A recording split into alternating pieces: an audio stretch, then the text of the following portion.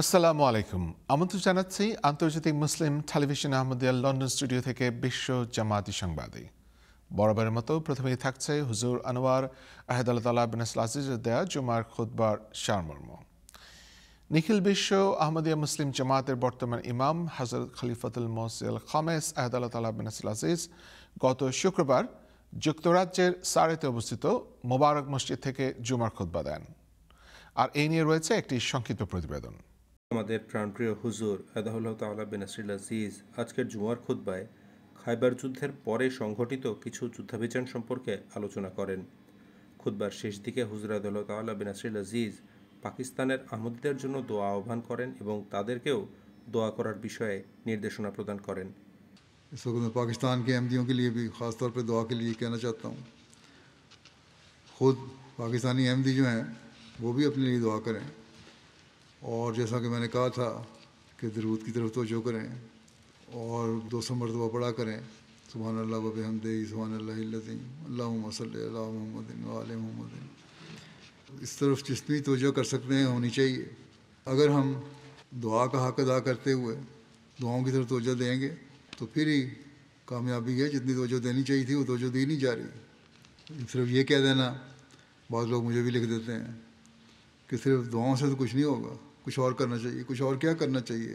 हमारा हथियार तो सिर्फ दुआएं हैं। इस बारे में कई दफ़ा मैं बयान कर चुका हूँ। हज़रत मसीह अलैहिस्सलाम के इक़्तिबासात बयान कर चुका हूँ।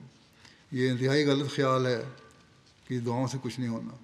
बहरहाल दुआएं हैं जो हमारी कामयाबी का हल हैं।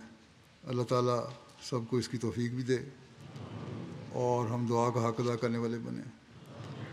अगर हम सिर्फ ये कह दें दुआओं से कुछ नहीं होना, हक़ अदा नहीं करना, तो ये गलत शिकवा है जो हम अल्लाह ताला पर करेंगे। बस इसकी इस्तिग़फ़ार भी करनी चाहिए हमें। आज एक वाक़या भी कराची में हुआ है। बलवाइयों ने, दहशतगर्दों ने, नाम इस्लाम के नाम पर हैं दहशतगर्दी, मस्जिद पर हमला किया है हमारी, और एक अहमदी को शहीद भी कर दिया। इन्ना लिल्लाहि व इन्ना इलैहि राजिऊन। उसकी पूरी तफसील तो अभी नहीं मिली, तफसील आएगी तो जान भी हो जाएगी इंशाअल्लाह। अल्लाह ताला इन जालिमों की पकड़ के जल्द समान फरमाए। এবারে অন্যান্য সংবাদ। প্রথমে নজর দেওয়া যাক জার্মানির দিকে। জার্মানির শহর মানহাইমে একটি সন্ত্রাসী ঘটনা চলাকালে আহমদি মুসলমানের হস্তক্ষেপে বেঁচে যায় অনেকগুলো প্রাণ। আর এই নিয়ে রয়েছে এবারের রিপোর্টটি। এটি একটি ব্যক্তির গল্প যিনি হঠাৎ করেই একদিনের মধ্যে সারা বিশ্বে পরিচিত হয়ে ওঠেন। ম্যানহাইমের বীর নামে তিনি পরিচিতি পান, যদিও তিনি কখনো নিজেকে বীর বলতে রাজি নন। পুলিশ তাকে বীর বলেছে, ম্যানহাইমের বহু মানুষও তাকে বীর মনে করেন, কিন্তু তিনি বলেন, আমি কোনো বীর নই, আমি একজন সাধারণ মুসলিম। কয়েক সপ্তাহ আগে একটি মর্মান্তিক ঘটনা জার্মানির শহর ম্যানহাইমকে প্রচণ্ডভাবে নাড়া দেয়। আতঙ্ক ও ভীতি ছড়িয়ে পড়ে, আর সেই কঠিন মুহূর্তেই এগিয়ে আসেন একজন মুহাম্মদ সাহেব। আমি রাত 10টা পর্যন্ত কাজ করে বাসায় গিয়েছিলাম, কারণ আমার স্ত্রীর ডাক্তারের কাছে অ্যাপয়েন্টমেন্ট ছিল। আমি বলি, তুমি গিয়ে আমার ছোট মেয়েকে স্কুল থেকে নিয়ে এসো, আমি কাজে চলে যাচ্ছি। আমি এখানে এসে প্রায় 8-10 মিনিট দাঁড়িয়েছিলাম, তারপরেই ঘটনাটি ঘটে। সেদিনের ঘটনার পর থেকে আমি এখনো মানসিকভাবে বিপর্যস্ত আছি যে এটা কিভাবে ঘটলো, কেন ঘটলো, কি ঘটেছিল সেদিন। এক ব্যক্তি ইচ্ছাকৃতভাবে গাড়ি তুলে দেয় সাধারণ জনগণের উপর। তার উদ্দেশ্য ছিল যতজন সম্ভব মানুষকে হত্যা করা যায়। 2 জন মানুষ তাতে প্রাণ হারান, বহু মানুষ গুরুতরভাবে আহত হন। মোহাম্মদ সাহেব তখন নিজের ট্যাক্সিতে ছিলেন। তিনি চোখের সামনে এই ভয়াবহ দৃশ্যটি দেখেন। এক মুহূর্ত সময় নষ্ট না করে তিনি এগিয়ে আসেন।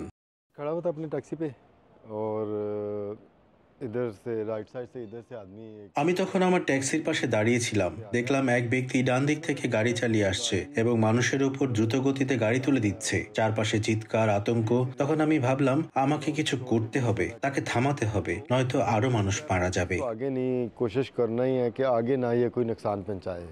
আক্রমণকারী পালাতে চেষ্টা করে, মোহাম্মদ সাহেব তাকে ধাওয়া করেন। আমার গাড়ির জানালা খোলা ছিল। আমি হর্ন বাজাচ্ছিলাম এবং চিৎকার করে বলছিলাম, সবাই এই লোকটার থেকে দূরে থাকুন, তার থেকে সাবধান, দয়া করে সরে যান। এখানে একটি ট্রাম স্টপ আছে, সেখানে সে উঠতে চেয়েছিল কিন্তু পারেনি। তারপর সোজা সামনে চলে যায়। সামনে একটি কানাগুলি ছিল, সেখানে আমি গাড়ি পার্ক করে তার পথ আটকে দেই। মোহাম্মদ সাহেব সেই হামলাকারীর পথ রোধ করে মুখোমুখি দাঁড়ান। সে তখন আমার সামনে। আমাদের মাঝে এক গাড়ির দূরত্ব ছিল না। তার গাড়ির জানালা ভাঙা ছিল। সেই জানালা দিয়ে সে একটি পিস্তল বের করে আমাকে লক্ষ্য করে গুলি ছোড়ে। আমি গুলি ঝলক দেখেই ভয় পেয়ে যাই। ভাবি, তার কাছে পিস্তল আছে, হয়তো এটাই আমার শেষ দিন। 5 থেকে 7 মিনিট পর পুলিশ আসে এবং আমাকে জিজ্ঞেস করে লোকটা দেখতে কেমন, সে কোথায় গেছে। 8 থেকে 10 মিনিটের মধ্যেই পুলিশ গোটা ম্যানহাইম শহর লকডাউন করে ফেলে। আর মনে হয় 12-14 মিনিট বা 18 মিনিটের ভেতর তাকে ধরে ফেলে। এরপর একজন এসে আমাকে জিজ্ঞেস করেন, এই লোকটি কি সেই ব্যক্তি? আমি বললাম হ্যাঁ, এই লোকটাই। জানতে চায় এইটাই কি সেই পিস্তল? আমি বললাম হ্যাঁ, এটাই সেই পিস্তল। আল্লাহর অশেষ কৃপা যে মোহাম্মদ সাহেব অক্ষত ছিলেন। পুলিশ দ্রুত আক্রমণকারীকে ধরে ফেলে এবং তাকে তাদের হেফাজতে নিয়ে নেয়। আল্লাহর কাছে অশেষ শুকরিয়া। আমি যদি তাকে থামানোর চেষ্টা না করতাম বা অনুসরণ না করতাম, তাহলে সেই সামনে গিয়ে আরো কিছু করতে পারত, আরো জীবন নষ্ট হতে পারত। এটা আল্লাহই করিয়েছেন, আমি কিছু করিনি। তার বীরত্বের কথা অজানা রইল না। তাকে সিটি হলে মেয়রের সাথে সাক্ষাতের জন্য আমন্ত্রণ জানানো হয়। তিনি সাক্ষাৎ করেন। এভাবে আন্তর্জাতিক মিডিয়ায় উঠে আসে তার কাহিনী। পুলিশ বলছে আপনি একজন হিরো। ম্যানহাইমের অসংখ্য মানুষও আপনাকে হিরো মনে করে। সেই বিষয়ে আপনার কি অভিমত? আমি কোনো হিরো নই। আমি একজন মুসলমান, একজন আহমদী মুসলমান। আমি কোনো হিরো নই। আমি মুসলমান হিসেবে নিজের কর্তব্য পালন করেছি মাত্র। এক হৃদয় বিদারক মর্মান্তিক ঘটনার মাঝেও এটি এক আশার আলো। একজন ট্যাক্সি চালক যিনি জীবনের ঝুঁকি নিয়ে অন্যদের জীবন রক্ষা করেছেন, কিন্তু নিজেকে হিরো বলতে রাজি নন। আর এই ঘটনাও ঘটল শুধু এই কারণে যে তার ইংল্যান্ড ভ্রমণের পরিকল্পনা হঠাৎ বাতিল হয়ে যায়। তারা হুজুর আইয়াদাল্লাহ বিন আজিজের সাথে দেখা করতে যাওয়ার কথা ভাবছিলেন, যা কোনো কারণে হয়ে ওঠেনি। আমাদের প্ল্যান ছিল ইংল্যান্ডে যাওয়ার, যুগ খলিফার পেছনে নামাজ পড়ার, কিন্তু জুম্মার আগে যাওয়া সম্ভব না হওয়ায় আমরা গোটা প্রোগ্রামটাই বাদ দিই। সফরটাও বাতিল হয়ে যায়।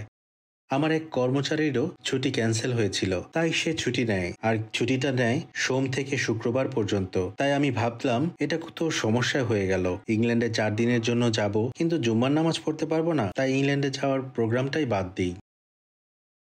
মুহাম্মদ সাহেবের এই ঘটনার একটি চমকপ্রদ দিক হলো তিনি নিজে কিন্তু মোটেও কোনো পরিচিতি চাননি। তিনি কোনো ইন্টারভিউ দেননি, প্রকাশ্যেও আসতে চাননি। কিন্তু তখন ইংল্যান্ড থেকে একটি মেসেজ পান। হাসপাতাল থেকে বের হওয়ার পর আমি সবাইকে বলেছিলাম আমার ঠিকানা বা ফোন নাম্বার কাউকে দেবেন না। আমি বলে দিয়েছিলাম আমি কোনো ইন্টারভিউ দিতে চাই না। কাজটা হওয়া দরকার ছিল তা হয়েছে, আল্লাহ আমার মাধ্যমে করিয়েছেন। সব প্রশংসা আসলে আল্লাহর। কিন্তু যখন খিলাফতের পক্ষ থেকে নির্দেশ আসলো, তখন আমাকে লাব্বায়েক বলতেই হলো। হুজুর নির্দেশ দেন আমি যেন সামনে আসি, ভয় না পাই এবং যা বলা দরকার মিডিয়াকে তা বলি, কারণ এটা ইসলামের সেবার লক্ষ্যে করতে হবে। মোহাম্মদ সাহেবের বীরত্ব গল্প ছড়িয়ে পড়ে সারা বিশ্বে। সারা পৃথিবীতে তার ঘটনা সংবাদ শিরোনামে পরিণত হয়। তার প্রতি শ্রদ্ধা। এমন কিছু করার জন্য সত্যি সাহসের প্রয়োজন। এমন মুহূর্তে হতভম্ব হয়ে দাঁড়িয়ে না থেকে কিছু করতে চাইলে আপনাকে খুব দ্রুত চিন্তা করতে হবে, কারণ আততায়ীর কারণে আরো মানুষ ক্ষতিগ্রস্ত হতে পারত। তিনি আসলে একজন বীর এবং পুরস্কার পাওয়ার যোগ্য। প্রথমত আমি এজন্য আনন্দিত যে এই ঘটনার ফলে মুসলমান হওয়ার কারণে যেভাবে মানুষকে সমালোচনা করা হয় সেটিতে পরিবর্তন এসেছে। তিনি মুসলমান হয়ে দেখিয়ে দিলেন আসল বিষয় হচ্ছে ভালো মানুষ হওয়া, আর ধর্মের কারণে শ্রেণীবিভেদ বা বৈষম্য করা অনুচিত। তিনি যা করেছেন তা খুবই বীরত্বের কাজ। আমি জানি না কোন ভাষায় এর প্রশংসা করব। আমি ভাষা হারিয়ে ফেলেছি।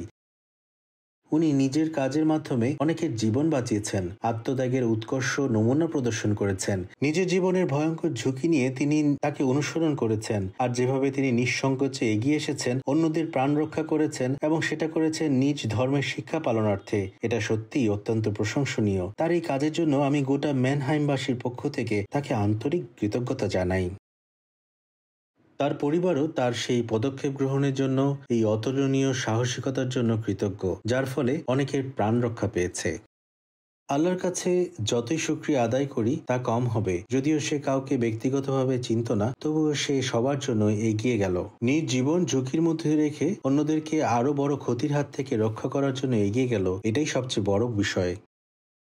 এই ঘটনার পর যখন আমি স্কুলে যাই, সে একই শিক্ষক আমাকে বলেন তোমার বাবা একজন মহান মানুষ। তিনি অসাধারণ সাহসিকতা দেখিয়েছেন। পৃথিবীতে খুব কম মানুষই আছে যারা এমন করার সাহস রাখে। আমরা ছোটবেলা থেকেই শিখেছি মানুষের প্রতি ভালোবাসা দেখাতে হবে। এখন যেখানেই যাই, বাজারে যাই বা অন্য কোথাও যাই, লোকজন বলে আপনাদের জামাতের একজনই তো নিজের জীবনের ঝুঁকি নিয়ে অন্যদের প্রাণ রক্ষা করেছেন। মুহাম্মদ সাহেবের মতে তিনি যেটা করেছেন তা আহমদী হিসেবে, একজন মানুষ হিসেবে তার কর্তব্য ছিল, অর্থাৎ অন্যের বিপদে সাহায্য করা। এই ঘটনার সবচেয়ে কষ্টের বিষয় হলো দুজন প্রাণ হারিয়েছেন। তবে মোহাম্মদ আফজাল সাহেব এই ঘটনার নিজের কাজ দিয়ে ইসলাম আহমদিয়াতের প্রকৃত শিক্ষা সবার সামনে তুলে ধরেছেন।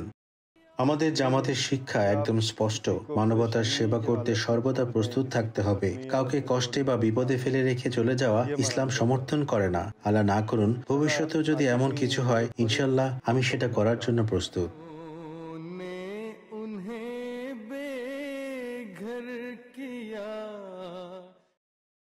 সবশেষে রয়েছে যুক্তরাজ্যের স্কটল্যান্ড থেকে পাওয়া একটি সংবাদ। স্কটল্যান্ডে অনুষ্ঠিত হয়ে গেল শান্তি সম্মেলন, আর এই শান্তি সম্মেলনকে নিয়ে রয়েছে এবারের প্রতিবেদনটি। স্কটল্যান্ডের রাজধানী এডিনবরার ঐতিহাসিক এডিনবরা একাডেমি হলে আহমদিয়া মুসলিম জামাত স্কটল্যান্ড শান্তি সম্মেলন আয়োজন করে। এই অনুষ্ঠানে 250 জনেরও বেশি অতিথি উপস্থিত ছিলেন, যাদের মধ্যে 150 জন ছিলেন বিভিন্ন ধর্মীয়, রাজনৈতিক এবং সামাজিক অঙ্গনের বিশিষ্ট ব্যক্তি। অনুষ্ঠানটি আরম্ভ হয় মুরব্বী সিলসিলা ফখর আহমদ সাহেবের সুললিত কণ্ঠে পবিত্র কোরআন তেলাওয়াতের মধ্য দিয়ে।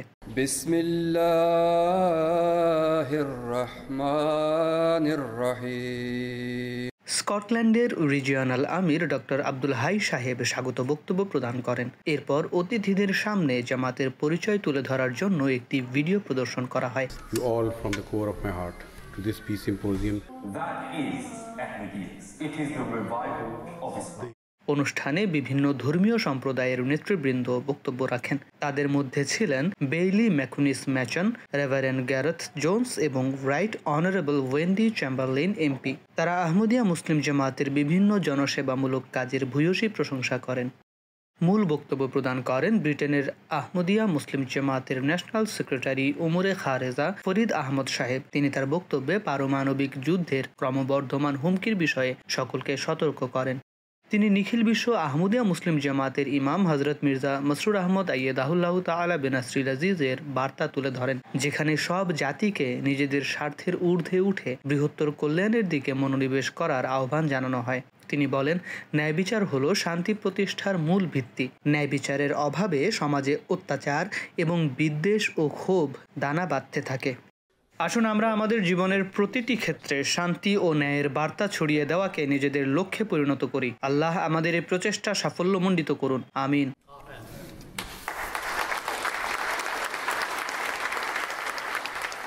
অতঃপর দোয়ার মাধ্যমে অনুষ্ঠানটি সমাপ্ত হয়। এরপর সবাই আনুষ্ঠানিক নৈশ ভোজে অংশগ্রহণ করেন। আমরা কিছু অতিথির কাছে এই অনুষ্ঠান সম্পর্কে তাদের অভিমত জানতে চেয়েছিলাম। এমন সুন্দর স্থানে এত মানুষকে একত্রিত দেখে খুব ভালো লাগলো। বিভিন্ন ধর্মীয় সংগঠন, সামাজিক গ্রুপ ও নির্বাচিত প্রতিনিধিদের একসঙ্গে পাওয়াটা সত্যি আনন্দের। এই ধরনের আয়োজন খুবই গুরুত্বপূর্ণ, অর্থাৎ এসব বক্তব্য এবং মানুষকে একত্রিত করার উদ্যোগ। আমাকে বলতেই হচ্ছে, এর আগে আমি আহমদিয়া মুসলিম জামাত সম্পর্কে তেমন কিছু জানতাম না, কিন্তু আজ আমি সকলের কাছ থেকে অত্যন্ত আন্তরিকভাবে ব্যবহার পেয়েছি। অনেক মানুষের সাথে পরিচিত হয়েছি এবং সবগুলো বক্তব্যও ছিল অত্যন্ত অনুপ্রেরণাদায়ক। আমার কাছে সবচেয়ে গুরুত্বপূর্ণ দিকটি ছিল আমরা সবাই এখানে আসলে একই জিনিস চাই, অর্থাৎ শান্তি। দেখুন, শান্তি আমরা সবাই চাই, সবার জন্যই চাই, নিজেদের জন্য চাই, কিন্তু তা ব্যক্তি পর্যায়ে চিন্তা করি। অথচ আমাদের সাম্প্রদায়িক, সামাজিক ও বৈশ্বিক শান্তি, সেই সাথে শান্তি ও ন্যায়ের এবং শান্তি ও সমতার মাঝে যে যোগসূত্র রয়েছে, তাতে আমাদের প্রত্যেকেরই কিন্তু গুরুত্বপূর্ণ ভূমিকা পালন করার রয়েছে। সব ধর্মের মানুষ, এমনকি যারা কোনো ধর্ম মানেন না, তারাও শান্তি নিয়ে কথা বলেন। স্থানীয় সামাজিক গণ্ডিতেই হোক অথবা আন্তর্জাতিক পরিমণ্ডলেই শান্তির বিষয়ে হোক, এখানে শান্তির যে বার্তা তুলে ধরা হয়েছে তা অত্যন্ত শক্তিশালী। এমন একটি আয়োজন অনেক দেশেই সম্ভবই নয়। আমরা যেন এই সুযোগের জন্য কৃতজ্ঞ থাকি। আমি জানি যুক্তরাজ্যে অনেক সমস্যাও আছে, কিন্তু তা সত্ত্বেও এই আয়োজন ছিল অসাধারণ। Humayun Abid, MT international, UK studios, Edinburgh. আর এরই সাথে শেষ হচ্ছে আজকের মতো বিশ্ব জামায়াতি সংবাদ। আগামী সপ্তাহে আবারও আপনাদের সাথে মিলিত হওয়ার আশা রেখে বিদায় নিচ্ছি। আসসালামু আলাইকুম ওয়া রাহমাতুল্লাহি ওয়া বারাকাতুহু।